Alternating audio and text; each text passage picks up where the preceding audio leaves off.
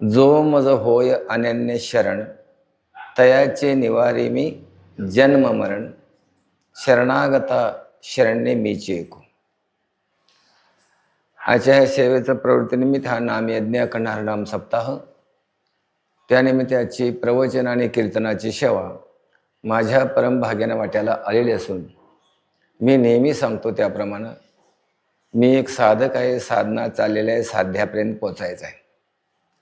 खरं तर प्रत्येक जीवानं शेवटच्या क्षणापर्यंत साध्याच्या प्राप्तीसाठी प्रयत्न करावा.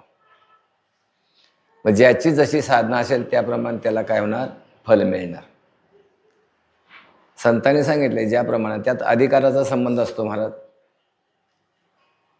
मुखी नाम हाती मोक्ष 80 साक्ष भूतांचे असंही म्हटले. एका क्षणात सुद्धा होऊन जाते, 7 दिवसात सुद्धा होते आणि 7 जन्म घातलं तरी सुद्धा ते होणार नाही, असा त्यातला प्रकार आहे. ह्याचं कारण जर शोधायचं झालं तर जसा अधिकारी असेल तसा, उत्तम अधिकारी असेल तर काना वचनाचे भेटी, सरिसाची पै किरीटी, वस्तू होऊनी उटी कवनू एकूजो एखादा.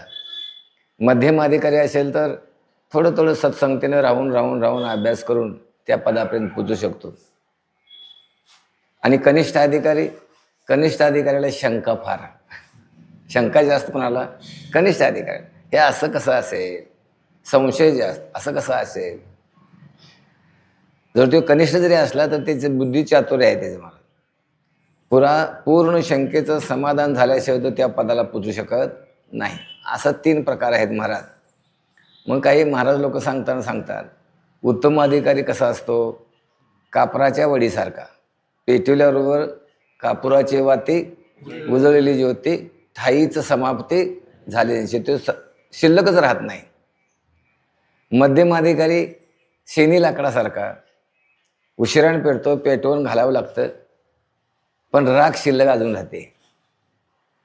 आणि जो कनिष्ठ असतो तो पेटवाय जाईल त्यालाच विझवतो पेटवायला जाईल त्यालाच विझवतो. असं ते प्रकार आहेत महाराज. असो, आता या ओळीचा भाव असा आहे महाराज, इथं भगवान अर्जुनाला म्हणतात, हे अर्जुना, प्रत्येक जीवाला मरणाची भीती आहे, जन्म मरणाची भीती प्रत्येकाला आहे का नाही, सर्वांना. मी नेहमी सांगत असतोय महाराज, प्रत्येकाला वाटतंय मला मरण एवढं नको, सगळं गाव मेलं तरी चालेल, खरं मला एवढं मरण येता कामा नये, अशी प्रत्येकाची इच्छा आहे, अशी इच्छा आहे. पण इच्छा ही त्यांचे महाराज सांगायचे नेहमी, ज्याचं बारसं झालंय त्याचं 12वं कधी चुकणार नाही. जन्माला आल्यानंतर हे 3 सोहळे होतातच. एखादा मधला सोहळा चुकला तर चुकेल.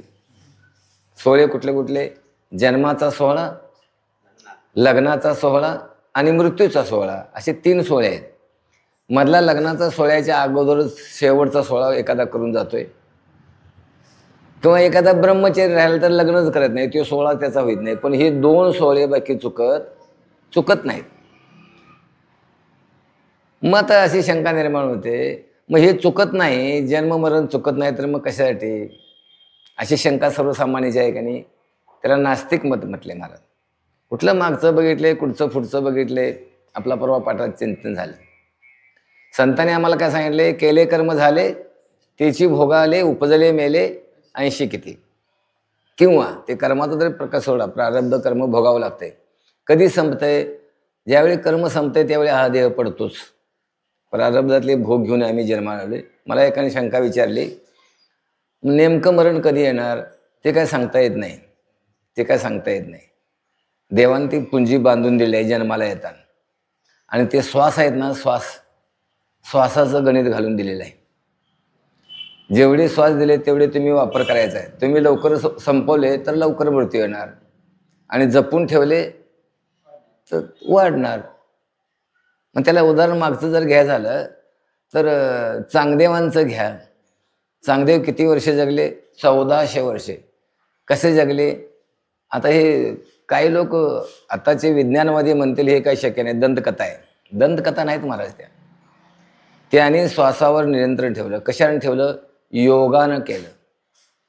योग साधनेनं श्वासावर नियंत्रण करून श्वास जपून ठेवले, त्याच्यामुळे ते त्यांचं आयुष्य किती झालं, 1400 वर्ष झालं. आणि ते आम्ही काय करतो, आम्ही ते संपवतो. ही एक बाजू झाली. आणि दुसरी बाजू आहे, ज्यावेळी कर्म संपेल त्यावेळी हा देह संपणार. मग त्याला व्यवहारातलं उदाहरण घ्या. आता तिथं देवासमोर ज्योत लावलेली आहे. ती ज्योत विझणार कधी हो? तेल संपलं की विझणार. तेल संपलं की विझणार. तसं हा देह पडणार कधी? ह्यातलं कर्म संपलं की देह पडणारच. मग त्याला एक सेकंद सुद्धा पुढं ते राहू शकत नाही. नाही त्या यमाशी करुणा, बाहेर काढिता कुडी प्राणा, ओढाळ सापडे जैसे धान्या, चोर यातना धर्जतो. किंवा एकनाथ महाराजांचं एक प्रमाण आहे, घडी घडी काळ वाट याची पाहे, अजूनही किती आहे अवकाश. प्रत्येक क्षणाक्षणाला काळ आमच्या देहाचं ह्या खाद्याची वाट बघतोय, कधी आता हे माझ्या पदरात पडणार, असं काळ म्हणतो. काळ म्हणतो असो, असा त्यातला प्रकार आहे. म्हणून इथं बघू, ही सर्वांची समस्या आहे. मला मरण नको, मला दुःख, नुसतं मरण नव्हतं तर दुःख कालत्रयी नको. मग आमच्या विचारसागराच्या भाषेत बोलायचं झालं तर माझ्या दुःखाची आत्यंतिक निवृत्ती व्हावी आणि परमानंदाची प्राप्ती व्हावी अशी सर्वांची इच्छा आहे. भगवान सुद्धा तेच अर्जुनाला म्हणतात, हे अर्जुना बघ, देख मनुष्य जात सकळ, स्वभावता भजनशीळ, झाले असे केवळ माझ्याची ठाई, सगळी माणसाची जात माझंच भजन करतात असं भगवान म्हणतात. आता या ओळीचा भाव लक्षात घेत असताना एक शंका निर्माण होते. शंका निर्माण होते. कुठली शंका? शब्दशः अर्थ काढला तर सांगणारे कोण आहेत? श्रीकृष्ण आहेत. श्रवण करणारा कोण आहे? अर्जुन आहे. आणि सांगणारा अर्जुनाला काय म्हणतोय? सगळी माणसाची जात माझंच भजन करतात. मग मला आलेली शंका सांगतो. आम्ही कृष्णाचं भजन करतो, मुसलमान लोक कुणाचं भजन करतात हो? अल्लाचं. ख्रिश्चन वगैरे वगैरे सगळ्या धर्मातले बघा. आता प्रत्येकाचं भजन वेगळं आहे की नाही? आणि इथं मग हे देवाचं वाक्य चुकलं का? माझंच देख मनुष्य जात सकळ, स्वभावता, त्यांचा स्वभाव असा आहे की माझं भजन. तर त्याचं लक्षार्थ असा आहे महाराज, सुखरूप अहिंसा तुझा कोणी सांगा, माझ्या पांडुरंगा सारी कर. देव याचा अर्थ आहे सुखरूप अवस्था म्हणजेच देव. मग मुसलमानांना सुद्धा सुखरूपता पाहिजे आहे, ख्रिश्चनांना सुद्धा सुखरूपता पाहिजे आहे, आणि कोण असतील त्यांना सुद्धा सुखरूपताच पाहिजे आहे. आणि आम्हाला सुखरूपताच पाहिजे आहे, कुणालाही दुःख नको, म्हणजे देवच पाहिजे ना. हा त्या ओळीचा भाव आहे. मग आता ती अवस्था प्राप्त होण्यासाठी इथं महाराज म्हणतात, जो शब्द घातला,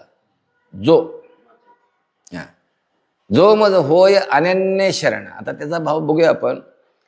आम्ही काय करतोय? स्वप्रयत्न करतोय. त्याला 7व्या अध्यायामध्ये भगवंतांनी सांगितले, दैवी हेशा गुणमयी मम माया दुरतया, असा तो श्लोक आहे.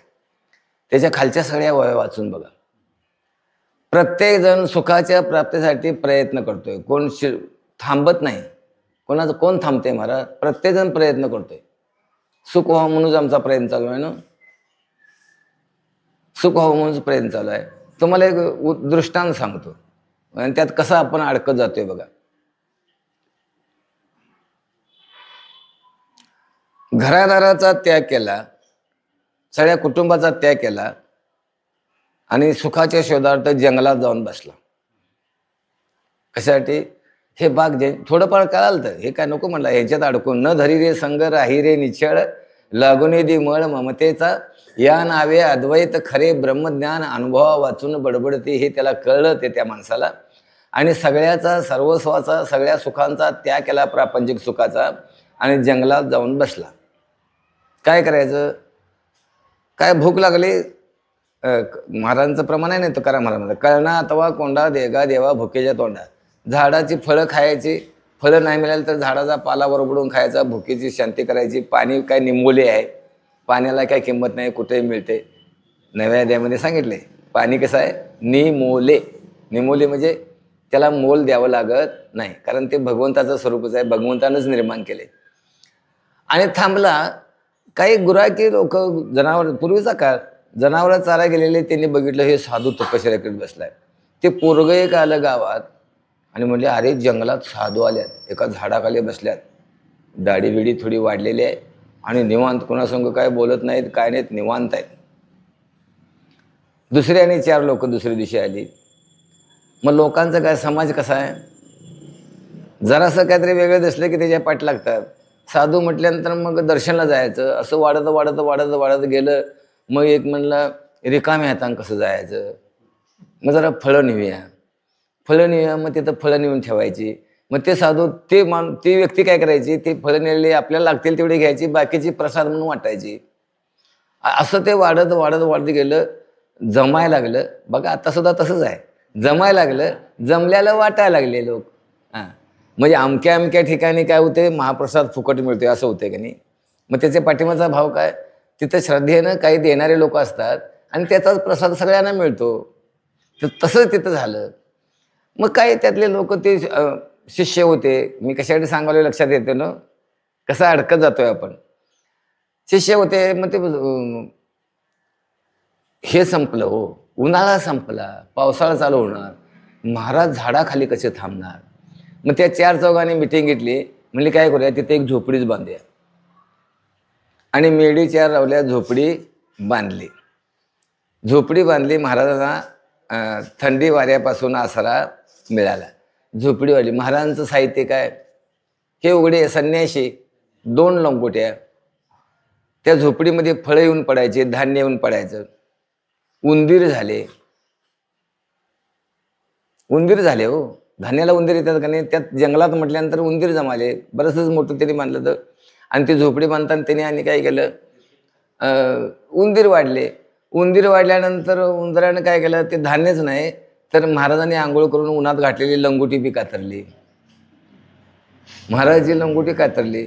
आता महाराजांनी आंघोळ केल्यानंतर उद्या लंगोटी कुठली. मग एकाने डोकं चालवलं. म्हणले हे उंदराला मारायसाठी मांजर पाळायला पाहिजे. काय करायला पाहिजे, मांजर. त्याशिवाय उंदर हटणार नाहीत ना, त्यांची पिलावळ वाढणारच. एकानं मांजर आणलं. मांजर आणलं, पहिल्या दिवशी लागलं ते आरडायला. त्याच्यामुळे उंदीर जरा पशार झाले त्याचा आवाज बघून. खरं त्या मांजराला काय खायला पाहिजे का नको, त्याला काय पाहिजे, मग आता दूध पाहिजे.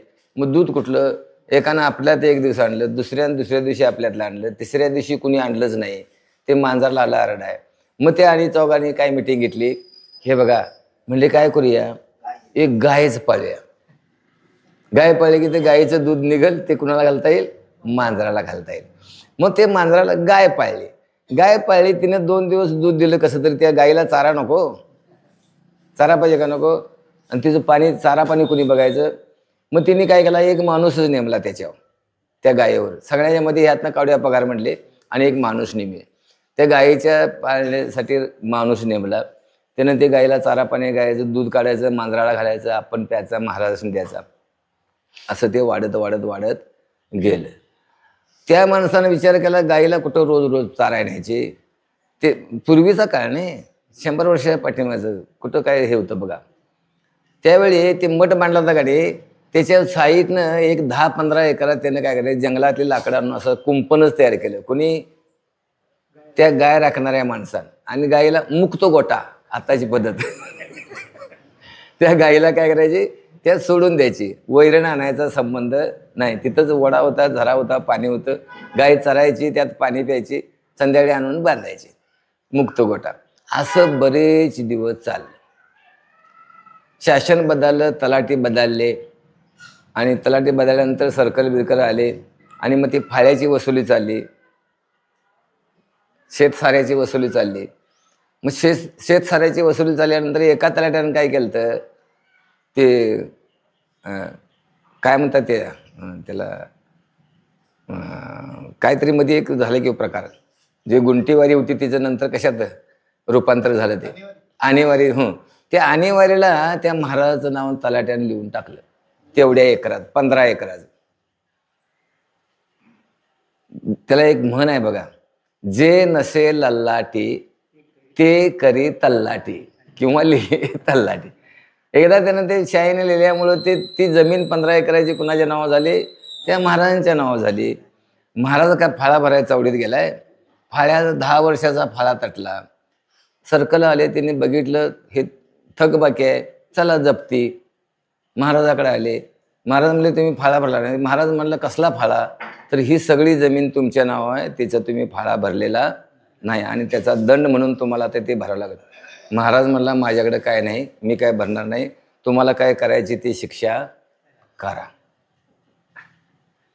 शिक्षा करा म्हटल्यानंतर त्यावेळेचा प्रसंग, इंग्रजांचं राज्य होतं नाही त्यावेळी त्या तलाट्याने काय शिक्षा दिली, त्या कुलकर्ण्यान असं ढोपरं टेकून गुडघ्यावर रांगायचं, खोपरं पुढं टेकायचं आणि मागं गुडघं, आणि मोठाच्या मोठा एक दगड त्या महाराजाच्या पाठीवर लादला आणि त्या आश्रमाच्या 5 येरझाऱ्या काढायच्या.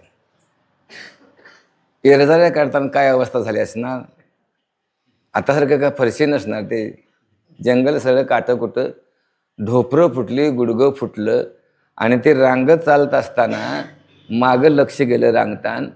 कुणाकडे गेलं लक्ष? लंगोटीकडे गेलं. कशाकडे गेलं? त्या महाराजाचं लक्ष कशाकडे गेलं? लंगोटीकडे गेलं.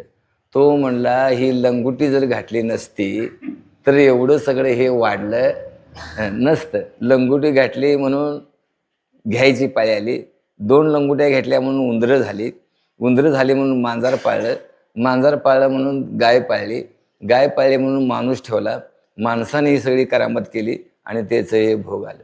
असं आम्ही अडकत जातोय. मी कशासाठी सांगितलं? स्वतःचा प्रयत्न करून कितीही तुम्ही प्रयत्न करा, जन्म मरणाचा फेरा चुकणार नाही. हे प्रपंचातले संसारातले भोग आमच्या पाठी लागणारच. कधी लागणार? ज्यावेळी अहम आणि मम हे 2 अध्यास होतात त्यावेळी हे सगळं पाठी लागते. मला मी आणि माझं, अहम आणि मम. मी ते नेहमी सांगतोय, प्रत्येक कीर्तनात सांगतोय. अहम केवढा? अहम म्हणजे मी, आणि माझं केवढं? मी प्रत्येकाच्या हातानं 3.5 हात आहे महाराज. आऊट 8 आऊट म्हणजे 3.5, आऊट पीठ नगर किंवा आऊट हात 3.5 हातानं, प्रत्येकाच्या हातानं आपला देह 3.5 हात आहे. आणि मम किती लांबडं, किती किलोमीटर? मम किती किलोमीटर असेल काय सांगता येत नाही महाराज. इथं जमलेलं आहे तुमचं आमचं प्रत्येकाचं मम वेगळं आहे. मम म्हणजे लय लांबडं आहे. माणसं म्हणतात त्यांचा गोताळा लय मोठा, पाटलांचा गोताळा लय मोठा. काहीतरी कार्य असलं की लय माणसं जमतात, त्यांचा गोताळा तेवढा. हो, मग लग्न असू दे, मृत्यू काळ असू दे, एवढी माणसं. म्हणजे गोताळा म्हणजे जेवढा गोताळा मोठा तेवढं मम मोठं. मी माझा अनुभव सांगतो, नेहमी सांगतोय माझा अनुभव. गेल्या वर्षी आमच्या लक्षपूर्वक आहे का, गेल्या वर्षी आमच्या मुलीचं लग्न केलं. इथं गारगोटीत दर दिली. मुलीचं लग्नाला आम्ही गेलतो. 2-3 महिन्यानंतर लग्नाची पत्रिका घरात आली. मी घरात नव्हतो, आमचा मुलगा बी नव्हता. ते पाहुणा घरात पत्रिका, आणि पत्रिकेबरोबर ते अक्षदाचे तांदूळ आणि साडी. त्याचा जमाना बदललाय सगळा. पत्रिका देताना साडी सकटच द्यायचा. काय रूढी पडेल काय सांगता येत नाही. मी ममसाठी सांगतोय, लक्षात ठेवा. ती साडीने ते दिले. संध्याकाळी घरी गेल्यानंतर घरात म्हणले अहो पत्रिका आली आहे लग्नाची आणि ती साडी दिली आहे, बघूया पत्रिका घेतली. पुरा पत्रिका वाचली तर त्यातलं एकही नाव परिचयाचं नाही. ती एक म्हण आहे बघा, पाहुण्याचा पाहुणा दाजिबाचा मेहुणा, असं काय म्हण आहे. मम बद्दल सांगते, एक सुद्धा नाव परिचयाचं नाही. म्हटलं मी म्हटलं कुणाची पत्रिका? ते घरातले म्हणले आम्हाला बी काय माहिती, पाहुणा आलता. कुठल्या गावचा? तर इकडे खानापूर, गारगोटी खानापूर चालला. आता मग ते लक्षात आलं की मुलगी तिथं, आमच्या मुलीची मुलगी तिथे दिली, तिला तरी फोन करूया. म्हणजे घडलेलं सांगतोय मी. मुलगीला फोन केला, म्हटलं पत्रिका कुठल्या पाहुण्याची आली आहे म्हटलं, आणि ते कोण पाहुणं? मग तिनं सांगितलं. तर तिनं सांगितलं ते लक्षपूर्वक आहे का. ते कुणाचं लग्न होतं माहिती आहे? आमच्या मुलीच्या नवऱ्याच्या बहिणीच्या जावच्या मुलीचं लग्न होतं. केवढं मम लांबडं. मग आता साडी दिली म्हटले जाया पाहिजे का नको, परिचय असो वगैरे नसो, ह्याच्यातच आम्ही अडवते महाराज. इथं महाराज म्हणतात हे सगळं सोडा. ते मगाची प्रमाण झालं, न धरी रे संघ. ह्या संघाचं सोडा. लोकेशना, दारेशना, पुत्रेशना, वित्तेशना, ह्या शना सगळ्या सोडा आणि काय करा, माझ्याकडे या. तिथं महाराजांनी म्हटलंय, माऊली म्हणतात तिथं, माऊलींची उभे आहे, भगवान सांगतात एथ एकची लीला तरले, जे सर्व भावे मज भजले, तया ऐलीच थडी सरले मायाजाल. सर्व भावानं मला शरण येऊन माझी भक्ती करतात हे अर्जुना, त्यांना ह्या जन्म मरणाचा फेरा चुकल्याशिवाय राहत नाही. आणि जे माझ्याकडे येत नाही त्यांचं महारिपाठामध्ये प्रमाण आहे, नाही ज्याशी भक्ती तो पतित अभक्त, हरीशी न भजत दैवत. माझी जे भक्ती करत नाहीत त्याला पतित म्हणतात भगवान. पतित का? भक्ती करण्यासाठीच हा माणसाचा देह मिळाला आहे. भक्ती करणे, दिली इंद्रिय हात पाय कान, डोळे मुख बोलाया वचन, जेणे तू जोडशी नारायण, नाशे जीवपण भवरोग. भवरोग म्हणजे जन्म मरणाचा फेरा. भवरोग म्हणजे काय? जन्म आणि मृत्यू याचा फेरा. मग तुम्ही आम्ही जन्माला येतोय मरण्यासाठी आणि मरतोय जन्माला येण्यासाठी. हे चक्र कधी थांबणार? माऊलींची उपजे ते नाशे, नाशिले पुनरपी दिशे, हे घटिका यंत्र जैसे परिभ्रमेगा. घड्याळ्याच्या काट्यासारखं चालू आहे. त्याला कर्माचे प्रकार आहेत, संचित कर्म, प्रारब्ध कर्म आणि क्रियमान कर्म. मागं किंवा या जन्मामध्ये अनेक जन्मामध्ये जे आपण पाप पुण्य केले ते संचिता जाते, संचितातलं भोगत येते, त्याला प्रारब्ध म्हणावं. आणि प्रारब्ध भोगत असताना जे आम्ही पाप पुण्य आपल्याकडून घडेल त्याचं नाव आहे क्रियमान, ते परत संचितात जाते. हे चक्र सारखं घड्याळासारखं चालूच आहे. कधीपासून? हे कधीपासून? अनादी कालापासून. कारण हा संसार कसा आहे, अनादी कालापासून प्रवाह रूपानं नित्य आहे. प्रवाह रूपानं. कधीचा संसार? आपण विचार करतोय, पाठामध्ये ते चिंतन करतोय. किती गोष्टी अनादी आहेत? 6 गोष्टी अनादी आहेत. ब्रह्म अनादी, माया अनादी, ब्रह्ममायेचा संबंध अनादी, जीव अनादी, जीवाचा अविद्येचा संबंध अनादी. हे सगळं अनादी सगळे शब्द आहेत. कधीपासून काय सांगता येत नाही. आणि ह्यातून सुटण्यासाठी त्या देवाला दया येते. ह्यातून सुटण्यासाठी हा देह दिला. पण आमचं कर्म आड येते महाराज, त्याच्यावर प्रयत्न करायचा. म्हणून प्रयत्न कुठं करायचा? परमार्थामध्ये प्रयत्न करायला लागतोय. संसारामध्ये प्रयत्न करून चालत नाही. संसार होत असतो, परमार्थ करावा लागतो. हे त्यातलं वर्म आहे. म्हणून सगळ्या संतांनी आम्हाला हे सांगितले, उठा जागे वारे आता, स्मरण करा पंढरीनाथा, भावे चरणी ठेवा माथा, चुकवी व्यथा जन्माच्या. जन्माचं जे दुःख आहे ते सोड. मी ती नेहमी कोटी सांगतोय. काय कोटी सांगतोय? ज्याला पाण्यात बुडण्याची भीती आहे त्यानं पाण्यात उडी मारावी का मारू नये? मारू नये. त्याचं उत्तर आहे. ज्याला झाडावरून खाली पडण्याची भीती आहे त्यानं झाडावर चढावं का चढू नये? चढू नये. हे त्याचं उत्तर आहे. मग ज्याला मरणाची भीती आहे त्यानं काय करावं? ज्याला मरणाची भीती आहे त्यानं जन्मालाच येऊ नये. मग एखादा म्हणलं मग हे का आमच्या हातात आहे का? हो, आमच्याच हातात आहे. हे कोणाच्या हातात आहे? आमच्याच हातात आहे. आमच्या हातात आहे ते. जन्माला यायचं का नाही यायचं हे आपण ठरवायचं. तिथं महाराजांचं प्रमाण आहे ना, जन्म नाही रे अनेक. तुका म्हणे माझी भाग, शपथ घेऊन सांगतो, वचन देतो तुम्हाला, जन्म पुन्हा नाही. पण कधी? जर आम्ही त्या भगवंताला अनन्य भावानं शरण गेलो तर त्याचा भक्त व्हायला पाहिजे. त्याला महाराजांचे बरेच अभंग आहेत महाराज. भक्त समागमे सर्व भावे हरे, न सांगता करी सर्व काम. पुढे म्हणतात, साठविला राहे हृदय संपुष्टी, बाहेर धाकुटी मूर्ती उभा, मागण्याची आस पाहे मुखाकडे, चिंतिल्या रोकडे मनोरथ. पुढचं पद काय? तुका म्हणे जीव भाव देवा पायी ठेवून या, काही न मागती. देवाला शरण जायचं पण देवाकडे काय मागायचं नाही. त्याला एक व्यवहारातलं पद आहे. मागणारा जो भक्त आहे तो देवाला आवडत नाही महाराज. मागणारा भक्त आवडत नाही. मग आम्ही जे देवाला जातो ते मागण्यासाठी जातो का न मागण्यासाठी जातो? उगाच समाजाचं चिंतन करून बघा. देवाला काय द्यायचं? पंढरपूरला जर आम्ही देवाच्या दर्शनाला गेलो तर काय काय घेतोय? किंवा इतर वेळी इथं मंदिरात जरी आलो तर काय काय? एक उदबत्ती, कापराची एक वडी, ती एक वडी पेटवायला काड्यापेटी आखण लागते, असला कापूर, साखरेची एक पुडी, तेवढं ठेवायचं आणि हात जोडायचं आणि केवढं मागायचं? माझ्या केसचा तेवढा निकाल लागू दे. ह्यानं वकिलाला हजारो रुपये दिलेले असतात आणि देवाला एका उदबत्ती म्हणतो तेवढा निकाल माझ्यासारखा कर. हे आमचं मागणं आहे. जेवढं जेवढं मागणं आहे. म्हणून त्याला मग शास्त्रामध्ये म्हटलंय, भक्ती करत असताना निष्काम भावनेनं भक्ती असावी, त्यात इच्छा असता कामा नाही. काही मागायचं नाही, काय मागायचं, देवाचं दर्शन घ्यायचं आणि फक्त यायचं. बरं, देवाला देणारे आम्ही कोण, काय काय आम्ही देऊ शकतो, हे निर्माण कोणी केलं सगळं, याचा कधी विचार केलाय का? तेनंच केलेलं त्याला द्यायचं म्हटलं तर तुकाराम महाराजांचं एक अभंग आहे महाराज, त्यातलं एकच पद सांगतो. त्यांना वर्म कळालंय, ते म्हणतात देवा काय तुला मी देऊ शकतोय, माझ्याकडं काहीही नाही.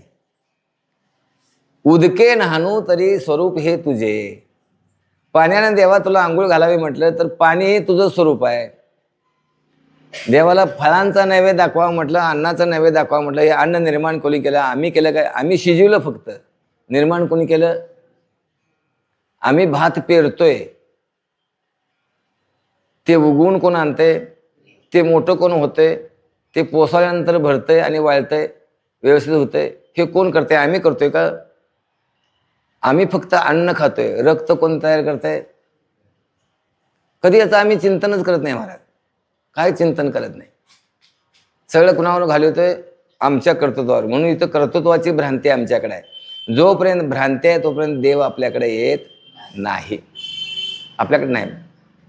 भ्रांती संपायला पाहिजे. भोक्तृत्वाची आणि कर्तृत्वाची भ्रांती संपल्याशिवाय देव आपला असा होऊ शकत नाही. ते मी एक नेहमी उदाहरण सांगतोय महाराज, मोठ्या भक्तांचं उदाहरण. देवानं म्हणायला पाहिजे हा माझा भक्त आहे. आम्ही माप देवाचे भक्त समजतो. आता तुळशीची माळ गळ्यात आहे, कपाळाला गंध आहे, वारी करतोय, हरिपाठ करतोय, कीर्तन प्रवचन श्रवण करतोय. आम्ही कोण? वैष्णव. आम्ही कोण? देवाचे पांडुरंगाचे भक्त. आम्ही म्हणतोय हो, पण त्या देवानं म्हणायला पाहिजे का नको? देवानं म्हणायला पाहिजे हा माझा भक्त. श्री गुरुनी म्हणायला पाहिजे हा माझा शिष्य. आईवडिलांनी म्हणायला पाहिजे हा माझा मुलगा. होय की नाही? बरीच असं खाली जेवढं चिंतन करावं तेवढं थोडंच आहे. तुम्हाला एक उदाहरण सांगतो म्हटलं मी. नारद मुनी रोज देवाच्या दर्शनाला जातात. त्यांना ते शाप आहे, द्वारकेला जाऊन दर्शन घेतल्याशिवाय त्यातून त्यांची मुक्ती म्हणजे त्यांना हे नाही, असं ते कथा आहे. तिथली कथा ती वेगळी आहे, ती सांगत नाही. मग एक दिवस काय आलं, देवाचीच लीला, ती खेळे हा लागावे सकळ, देवाचीच लीला. देवाला सुद्धा आपल्या भक्ताच्या मनात गर्व आलेला चालत नाही. न सांगता कळे अंतरीचे गुज. भक्ताच्या मनातलं देवाला कळते महाराज. काय कळतंय? इथे एक शास्त्र आहे, एक थोडक्यात मध्येच सांगतो. तुमचा आता आम्ही सांगितलं आमचा देह किती आहे? 3.5 हात आहे. आमचं अंतकरण केवढं? अंतकरण आमचं केवढं? केसापासून नका जेवढं देह तेवढं आमचं अंतकरण, म्हणजे त्यालाच हृदय म्हणतात. हृदय. आता संत साहित्यामध्ये हृदय जरी शब्द असला तर रक्ताभिसरण करणारं हृदय नव्हे, त्याचं नाव आहे अंतकरण. केवढं? केसापासून नकापर्यंत.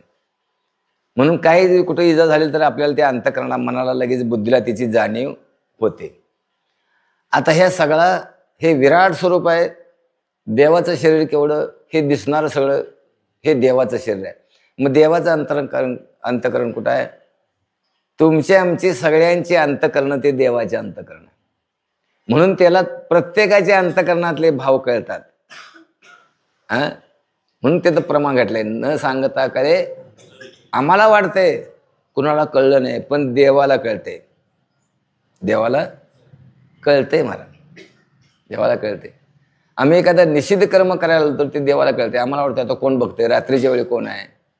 आता उदाहरण घ्या की, कीर्तन झालं, सगळं झालं, शांत झालं, इथं विनीकडे एकटा आहे आणि त्या विनीच्या पायाला 2 माणसं होते, त्यातला एखादा लगीवीला उठला. मग त्यानं कुठं जायला पाहिजे? लगीवीला कुठेतरी आडोशाला जायला पाहिजे नको? इथं दारात इथं जवळ बसूनच करायला आलं तर ते काय म्हणतोय, आता कोण बघतंय? असं होतंय का नाही? कोण बघत नसलं तर त्याच्या आतला त्याला देव बघत असतोय. हे निषिद्ध कर्म केलं, त्याचं फल ठरलेलं आहे. कुठल्याही कर्माला फल ठरलेलं आहे.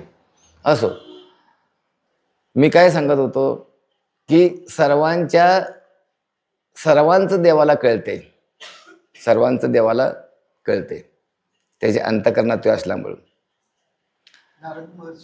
नारद मुनीची गोष्ट सांगत होतो. नारद मुनी देवाजवळ गेले आणि देवाच्या मंचकावर एक यादी पडलेली होती. ती यादी घेतली. देवा म्हणले काय, कसलं काय लिहिलंय कागदावर? देव म्हणले ती भक्तांची यादी आहे. नारद मुनी म्हणले भक्तांची यादी, वाचू का? हो वाचा की, बेलशक वाचा. ती यादी घेतली. नंबर 1 पासून ते क्रम होता, काय असेल ते 5-50 यादी. ही कुणाची यादी देवा आहे? तर ती माझ्या भक्तांची यादी आहे. आणि त्या यादीत नारद मुनींचं 1 नंबरला नाव. जरा नारद मुनींचं मान ताटच झाली. सगळ्या भक्ताच्या यादीमध्ये मी कोण आहे? सर्वात श्रेष्ठ 1 नंबरचा भक्त आहे.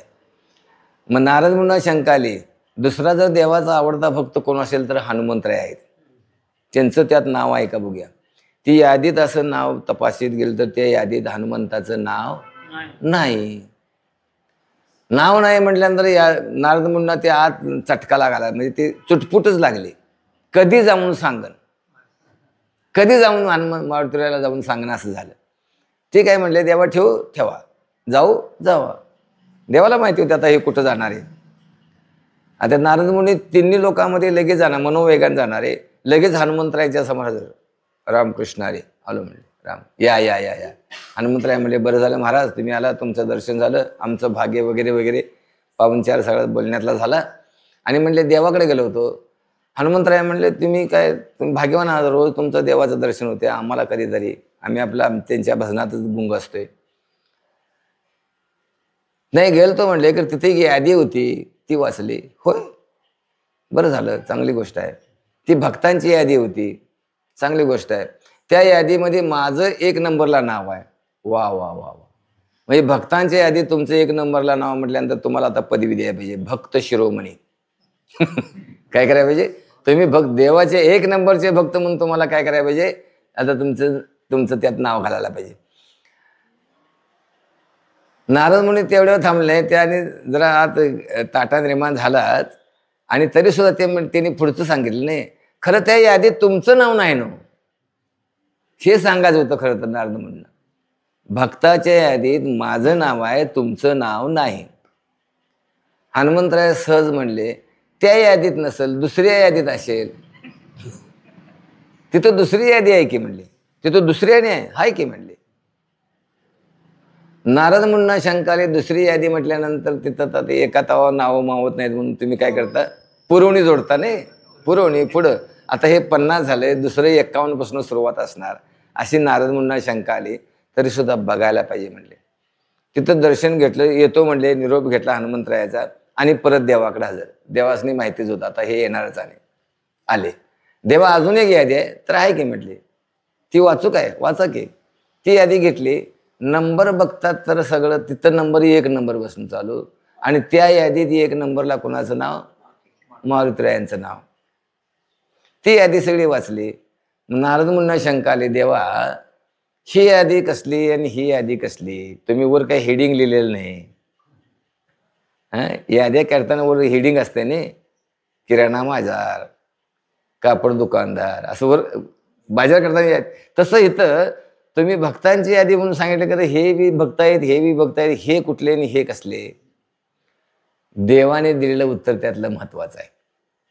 देव काय म्हणले, पहिली जी तुम्ही यादी वाचली ना, ती यादी माझी जे भक्ती करतात त्यांची आहे.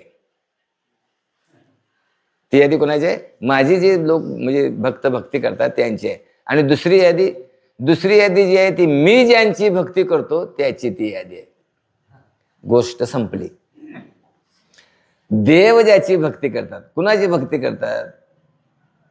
मगाशी आपला विचार कशाबद्दल वाढत गेला? तुम्ही प्रमाण म्हटलं, काही न मागे कोणाशी, तोचे आवडे देवाशी. एक प्रसंग रामायणातला असा आहे महाराज. राम रावण युद्ध झालं, पुष्पक विमानातून सगळे आले, बरेच दिवस तिथं राहिले अयोध्येमध्ये. सगळं वानर सैन्य आले होते बिभीषणासह. आणि मग आता निरोप घ्यायची वेळ आली. सीतामाई म्हणल्या काय देवाना, हे बघा हे सगळे आता जाणार, त्यांचा यथाशक्ती सन्मान करूया आपण. काय करूया? त्यांचा सन्मान. ज्यांनी युद्धामध्ये मदत केली त्यांचा सन्मान करायला पाहिजे का नको? मग आता आपल्या व्यवहारातलं सुद्धा असंच आहे म्हणा. लग्नाला जे जे पाहुणे आलेले आहेत, ज्यांना ज्यांना पत्रिका दिली ते आलेत, मग त्यांचं ते पाहुणचार करायला नको. जिनी जिनी आयर आणलाय त्यासनी परत आयर करायला नको. काय सत्कार करायला पाहिजे. आता हे लग्नातला सत्कार कसा आहे, ज्याचं मोठं प्रेझेंट त्याप्रमाणे हा मोठं. त्याला एक व्यवहारातली म्हण आहे. आता ती म्हण निम्मीच म्हणतो, निम्मीच गाळलेले शब्द तुम्ही भरायचे मनातल्या मनात. इथं बसून ते म्हणून बसून चालत नाही. तोंड बघून उसणं, होय का नाही. हे जसं तसं ते सत्कार करायला पाहिजे, ज्याचं मोठं मोठं प्रेझेंट. आणि मग ज्यांनी पाकिट दिले त्याप्रमाण, मग ज्यांना आयर कुठं काय. आणि एकदम शेवटला कोण असेल त्या चिवडा लाडू त्याच्यावर ते भागते. हे जसं तसं वानर सैन्याचे मग जसं जसं मोठमोठे बिभीषणाचा सत्कार केला, सुग्रीवांचा सत्कार केला, नळ अंग नळ नीळ जांबोन यांचा सत्कार केला. ती यादी केली त्या अगोदर देवाने. सीतामाईने ती यादी वाचली आणि म्हणले देवा तुम्ही काय भांगडे ही यादी केली सा म्हणले. त्याप्रमाणे यादी करायला लागते नाही, यादी करायला लागते. लग्नात मी तसं असते बघा. ते पूर्वीच्या काळी माळ्यावर असायचे महिला मंडळ. माळ्यावर ती एक बाई बसलेलीच असायची. ज्यांचा डबा आला ते तिनं ती लोन करून घ्यायचं. त्या डब्याला साडी ते याप्रमाणे असं ते असायचं. ते अनादिकालापासून चालत आले. तसं यादी केलेल्यामध्ये त्या यादीत हनुमंतरायाचं नाव नाही. हनुमंतरायाचं नाव नाही म्हटल्यानंतर रामप्रभू म्हटले सीते तो काय घेणार नाही. देवाला माहिती होत नाही तो काय घेणार नाही. आणि त्याचं यादीत नाव कशाला घाला. असं कसं म्हणले, घेणार नाही कसं. मी माझा हार देते, पृथ्वी मोलाचा हार, 9 लाख हार. ठीक आहे दे, मग तुझी इच्छा. मला देवाला माहिती होतं ते काय घेणार नाही. तुझी देणार तर दे. हनुमंतरायाने बोलून तो हार दिला. तो हार घेतला हनुमंतरायाने. ते दरबारातून बाहेर गेले. माग बाहेर पार होता, त्या पारावर बसले. तो हार बघितला. त्या हारातलं मणी दातान फोडायचं, बघायचं आणि टाकायचं. हे वानर सैन्याने सगळ्या बघितलं नाही. सगळ्यांना वाटलं होतं एक नंबरचा सीतामाईनं आपल्या गळ्यातला हार दिला, म्हणजे सगळ्यापेक्षा प्रेझेंट यांचं काय आहे, रानगा आहे. मग ते भावकीला कुठं बरं वाटतंय, भावकीला बरं वाटत नाही. तिने लगेच तक्रार केली सुग्रीवाकडे. राजा सुग्रीव त्यांचा. बघा ते मारुती काय करायला, सीतामाईचा अपमान करायला, एवढा मोठा हार दिलाय आणि त्या हाराचं मणी फोडून टाकायला आहे. सुग्रीव आले हनुमंताकडं. म्हणले काय भांगड, हे काय, हे असं काय अपमान करतो काय. नाही म्हणले. मग ते मणी काय फोडतो. बघतोय म्हणले त्या मण्यात काय माझा राम आहे काय, त्या मण्यामध्ये राम आहे काय. मण्यात जर राम नसेल तर मग ते काय माझ्या कामाचं. ज्यात राम नाही त्याच्यात कामाचं काय संबंध नाही. मग कुठं राम आहे तुझा, माझ्या अंतःकरणात आहे म्हणजे. मग तिथं तिने छाती फाडून दाखवली. असं ते आपण फोटो बघतोय बघा, छाती फाडली. आत कोण आहे, आता छाती फाडली त्यात रूपकात्मक आहे. त्याचा भाव कसा आहे, अंतःकरणामध्ये कोण आहे, साठविला हरी जेही हृदय मंदिरी त्याची सरली येरझार झाला सफळ व्यापार. याला म्हणायचं जो मज होय अनन्य शरण. एक धरिला चित्ती आम्ही रकुमाईचा पती. एक गावे आम्ही विठोबाचे नाम आणि कापे काम नाही. एका देवाशिवाय दुसरं काय नाही. म्हणून जो मज होय अनन्य शरण. अनन्य शब्दाचा अर्थ काय, अन्य न, तोच देवच. आमचं तसं आहे काय सांगा, आमचं तसं नाही महाराज. आम्ही दुंदरडा वाट ठेवून आहे. शेवटच्या क्षणाला देवाकडे येतोय, नाहीतर आपलं आपणच बघतोय. मोठे मोठे त्यात काय झाले, मोठ्या मोठ्यांची हानी झाली आहे महाराज. द्रौपदी सारखं तरी आम्ही भक्त नाही. द्रौपदी बिभीषणासारखं तरी भक्त नाही.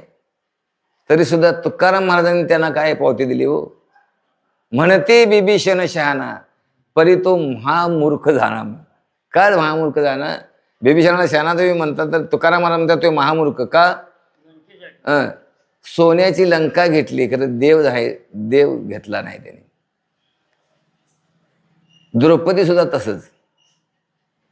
वस्त्रहरणाचा प्रसंग सर्वांच्या परिचयाचा आहे, श्रवणात श्रुत आहे. पहिल्यांदा साडीला गाठ मारली असते, त्या गाठीवर अंगठा होता महाराज. म्हणजे अजून कर्तृत्वाची भ्रांती आहे. मी माझी लाज राखू शकते, लाज राखू शकते. साडी फेड्यात दुःशासन चालू आहे आणि शेवटच्या क्षणाला ती गाठही सुटणार असं ज्यावेळी वाटलं, त्यावेळी दोन्ही हात वर करून देवाला साथ घातले. कोठे गुंतलाशी द्वारकेच्या राया, वेळ का सकया लाविला, दीनानाथ बीज सांभाळे आपुले, अशी साथ घातली. कधी मग देवाला तिथं मग साडीचा ढीक पडला, अशी ती साडी रूपानंच देव प्रकट झाला.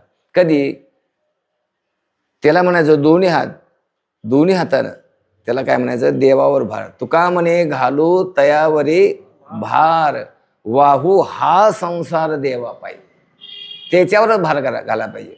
मग सगळ्या संतांचं तसंच आहे महाराज. संतांची चरित्र का श्रवण करावी?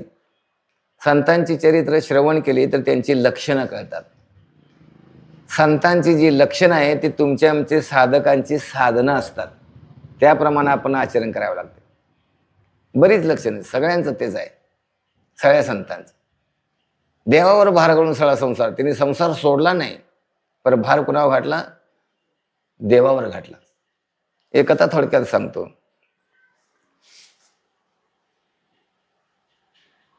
वारी आली, वारीची वेळ आली, लोक दिंडीतनं निघाले, दिंडी यायला आली. घरात दुसरं कोण नाही, दोघंच नवरा बायको.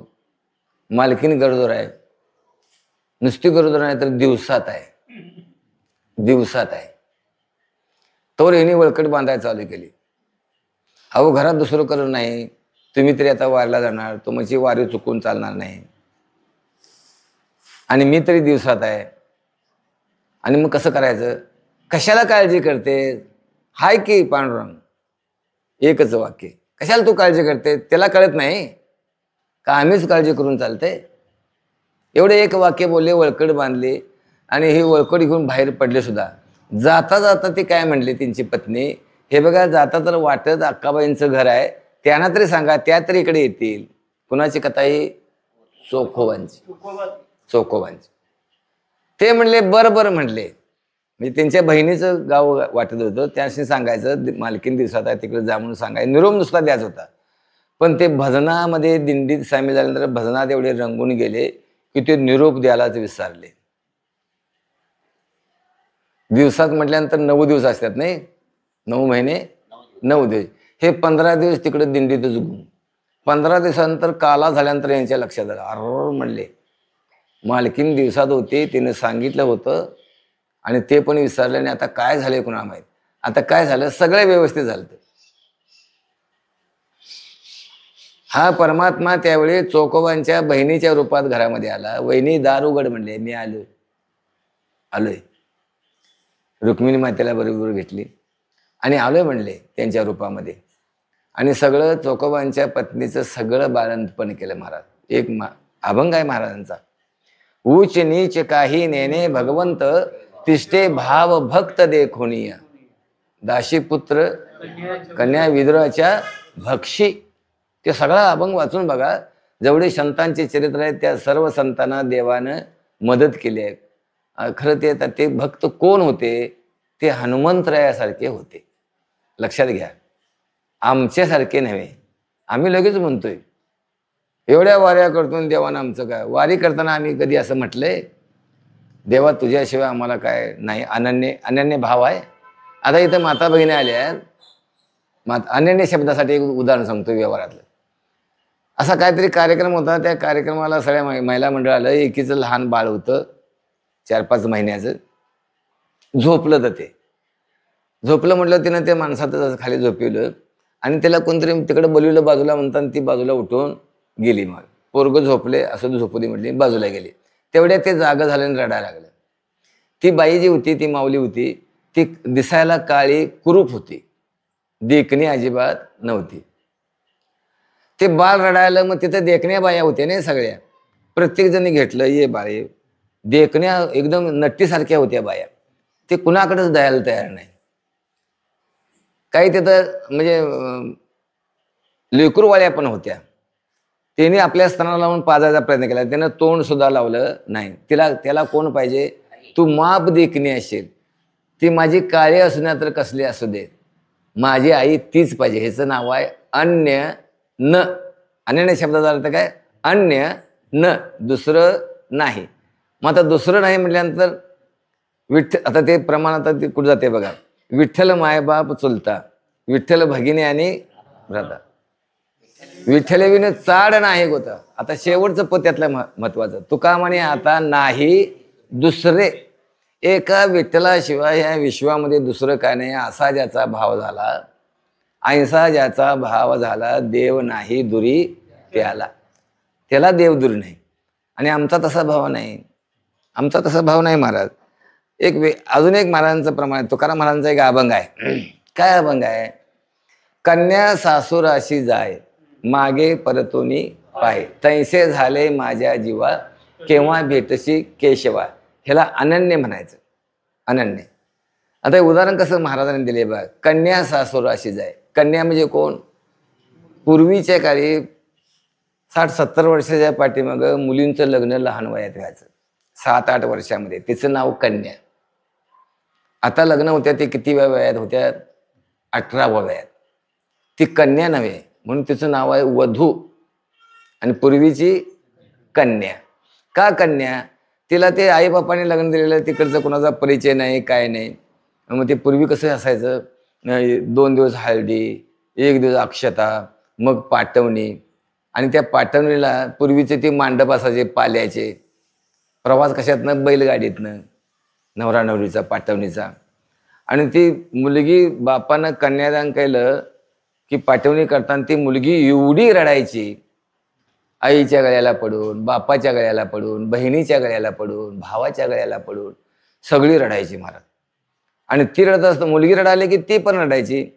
तीच रडत नसायची महाराज. मी त्याचा अनुभव घेतलाय. मंडपात असणारी सगळीच माणसं त्यावेळी रडायची ते प्रसंग बघून. आता यांचा वियोग होणार. कन्या सासुराशी जाय. आणि मग ती गाडीत बसताना पुढं बसत नाही, दोन्ही बावकड्याला धरून असं मागं बघत, कुठपर्यंत? जोपर्यंत घर दिसतंय, मंडप दिसतंय, तोपर्यंत मागच बघायचं. ते पुढं बघत जात नव्हती. कन्या सासुराशी जाय, मागे परतोनी पाहे. हे दृष्टांत दिला माऊलीने. आता ही रडत गेली मुलगी कन्या. आताची वधू रडत जाते काय हो? आताची वधू अक्षता पडल्या, कन्यादान केलं, पाठवणीच्या वेळी आईला म्हणते, आई येते ग, टाटा. आता ती टाटा म्हणत जात, रडत जात नाही. अशीच स्थिती आहे सगळ्या. मग आता ह्या प्रसंगाचं उदाहरण महाराजांनी अनन्य भावासाठी केले.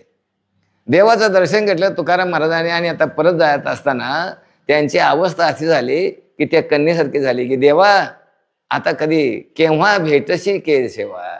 आता तू कधी देवा मला भेटणार? ते क्षेपका बघाय जातो माघारी पंढरीनाथा, तुझे दर्शन झाले आता, पण माघारी जातो तसंच आम्ही येतोय. मग असं आम्हाला पंढरपूरच्या वारीसनं परत येताना कधी झाले का हो? पुन्हा कोणाला झालं असेल तर तो अनन्य भक्त म्हणावा, आणि झालं नसेल तर झालंय कुठलं? आम्ही ज्या दिवशी तिथं पोचतो त्यावेळी परतीचं तिकीट काढूनच असतोय. कधी दिवस येतोय, काय काय जण एकादशी दिवशीच परत जाताना गावातच एकादश सोडायला. आता कलच्या चैत्राच्या एकादशीला बरेच वारकरी गावातच आलते एकादशी दिवशी. म्हटलं काय भांगड, उद्या बुधवार लागतोय, बुधवारी पंढरपूर सोडायला, म्हणून आजच आलो आम्ही. बरं केलं बाबा, इथं तटलंच तुझ्याशिवाय. मग आहे का अनन्य भाव? अनन्य भाव नाही मला. म्हणून इथं महाराजांचा एक श्लोक आहे याच्यात, श्रद्धावान लभते ज्ञानम तत्परा सयंतेंद्रिया ज्ञानम लब्धा पराम शांतीम चिरेनादी गच्छती. हा श्लोक आहे, त्याच्या खाली माऊलींच्या ओव्या आहेत. तरी आत्मसुखाची या गोडिया विटे जोका सकळ विषया जयाच्या ठाई इंद्रिया मानू नाही. आत्मसुखाची ज्याला गोडी प्राप्त झाली तो त्याला सगळ्या विषयाचा वीट आलेला असतो महाराज. तो विषयात रमत नाही. विठ्ठले हे चित्त प्रपंचापासून वमनते मनी बैसलेशे. हेच प्रपंचामध्ये विषयात सुख नाही हे त्यांना कळलेलं आहे महाराज. संसारात सुख नाही ज्यांना कळलंय तेच देवाकडे येतात. त्याला माऊलींच्या बऱ्याच ओव्या आहेत. विष रांधली रस सोय जे जेवणारा ठाऊवी होय तै ते ताटची सांडूनी जाय जयापरी तैशी संसारा या समजता जाणी जे जे अनित्यता ते वैराग्य दवडिता पाठी लागे. मग तिथंच वैराग्य आहे. आणि वैराग्यानंतर मग ज्ञान आहे. ज्ञान म्हणजे देवाचं स्वरूपाची प्राप्ती होणे. ज्ञान म्हणजे असं वेगळं काय नाही. मीच देव आहे अशी अनुभूती येणे याचं नाव आहे ज्ञान. किंवा सर्वत्र देवच भरून उरलाय हे समस्त ही श्री वासुदेव ऐसा प्रतिती रसाचा ओतला भाऊ भक्ता माझी रावो आणि ज्ञानिया तोची अशी स्थिती होते. म्हणून इथं महाराज म्हणतात जो मज होय अनन्य शरण तयाचे निवारे मी जन्म मरण. शरणागता शरण्ये मीची को. आता याचा भाव कळला ना. जो अनन्य भावाने शरण होतो त्याला जन्म नाही रे आणि तुका म्हणे किंवा त्याची सरली एरझार झाला सफळ पुंडलिक वरदा.